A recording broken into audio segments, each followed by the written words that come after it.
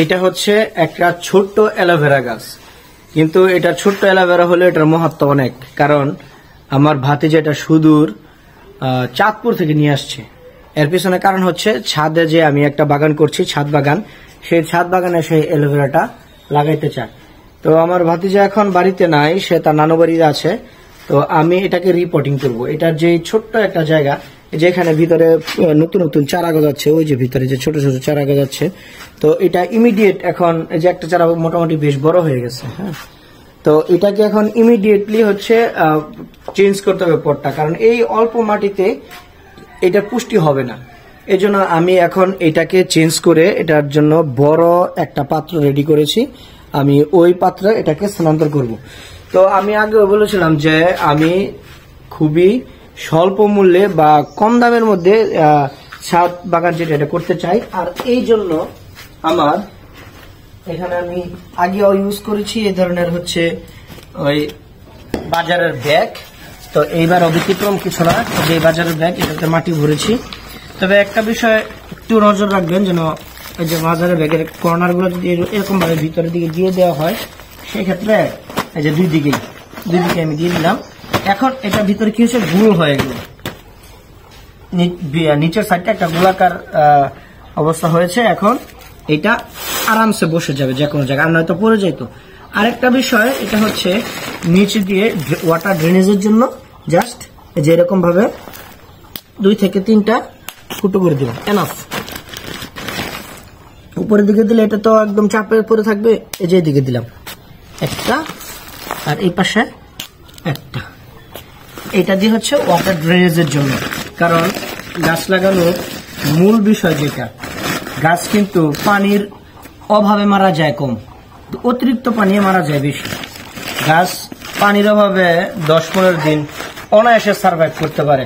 আপনি দেখবেন যে গাছের পাতা শুকিয়ে গিয়েছে, পাতা সব ঝরে যাচ্ছে, সবকিছু একদম মিটিয়ে গিয়েছে, কিন্তু তাও ওই গাছটা মরবে না, পানি দিলে আবার জীবিত হয়ে যাবে। কিন্তু যদি ওই গাছটার নিচে পানি জমাট বাঁধে আর কি, পানি যদি জমাট বাঁধে, তাহলে কিন্তু গাছের শিকড়টা মারা যাবে, আর গাছের শিকড়টা পচন ধরবে আর কি।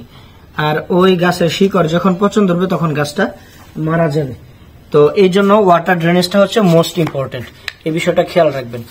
তো এটা বোতলটা কাটাটা টাফ, তারপরও চেষ্টা করছি আমি, কারণ এই ধরনের বোতলে গাছ লাগালে এটাই হচ্ছে সবচেয়ে বড় প্রবলেম, যেটা নেক্সটে যখন রিপোর্টিং করা লাগে তখন হচ্ছে এটা কাটা খুব সমস্যা হয়ে যায়।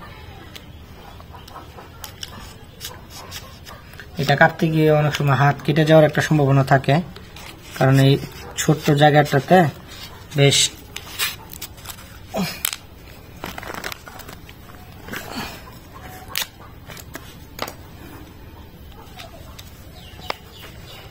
চেষ্টা করছি ভিতরে মাটিটা না ভেঙে বের করার জন্য।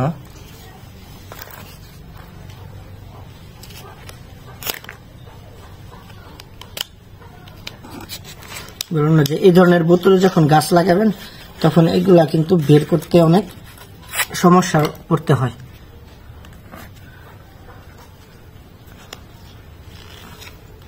এই যে এইটারও কিন্তু ভিতরে মাটিটা অলরেডি কিন্তু ভেজা।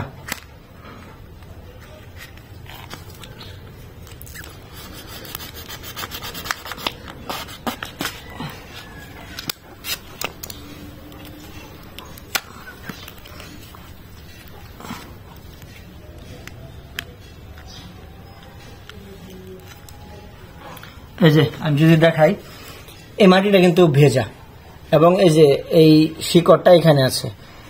এই অ্যালোভেরা কিন্তু ভেজা মাটি সহ্য করতে পারে, তারপরেও এই যে মাটিটা যে পরিমাণ ভেজা, এটা কিন্তু বেশি দিন থাকলে হয়তো এই গাছটা মারা যেত। এর কারণ হচ্ছে জাস্ট এই শিকড়গুলা পচন ধরার পরে।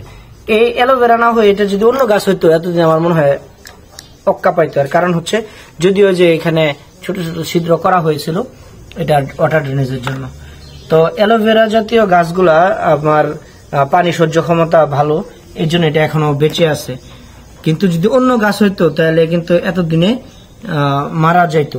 তো আপনারা অবশ্যই গাছ লাগাইলে এই বিষয়টা খেয়াল রাখবেন, যেন কি বলে ওয়াটার ড্রেনেজটা প্রপারলি হয়, গাছ যেন আপনার ওই নিচে যেন পানি না জমাট বাঁধে। নিচে পানি জমাট বাঁধলে কিন্তু শিকড়টা পচন ধরবে, বারবার বলছে শিকড়টা পচন ধরবে, আর শিকড় পচন ধরলে ওই গাছ বাঁচানো টাফ হয়ে যাবে।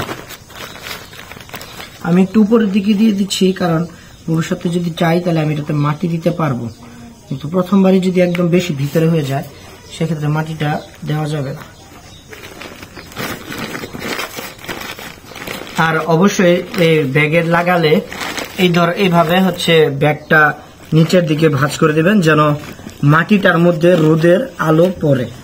মাটির মধ্যে রোদের আলো না পড়লে মাটিতে খাবার তৈরি হয় না, আর খাবার তৈরি না হলে গাছের বেঁচে থাকার সমস্যা হয়ে যায়, এটা তো বোঝাই যায়। সো মাটিতে যেন রোদের আলোটা সরাসরি পড়ে সেদিকে খেয়াল রাখবেন। তো আমার কাজ মোটামুটি শেষ, এটা এখন আমি শুধু ছাদে নিয়ে রেখে দেব। চাঁদপুর থেকে আমার ভাতিজা কষ্ট করে যেহেতু এটা নিয়ে আসছে, ও নানুবাড়ি থেকে এসে যখন দেখবে যে তার এই গাছটা বড় একটা ব্যাগের মধ্যে লাগানো হয়েছে, সে খুবই খুশি হবে। তো ধন্যবাদ সবাইকে, আশা করি সাথেই থাকবেন এবং নতুন ভিডিও দেখার জন্য আমন্ত্রণ জানিয়ে এখানে আমার ভিডিওটা শেষ করছি। আল্লাহ হাফেজ।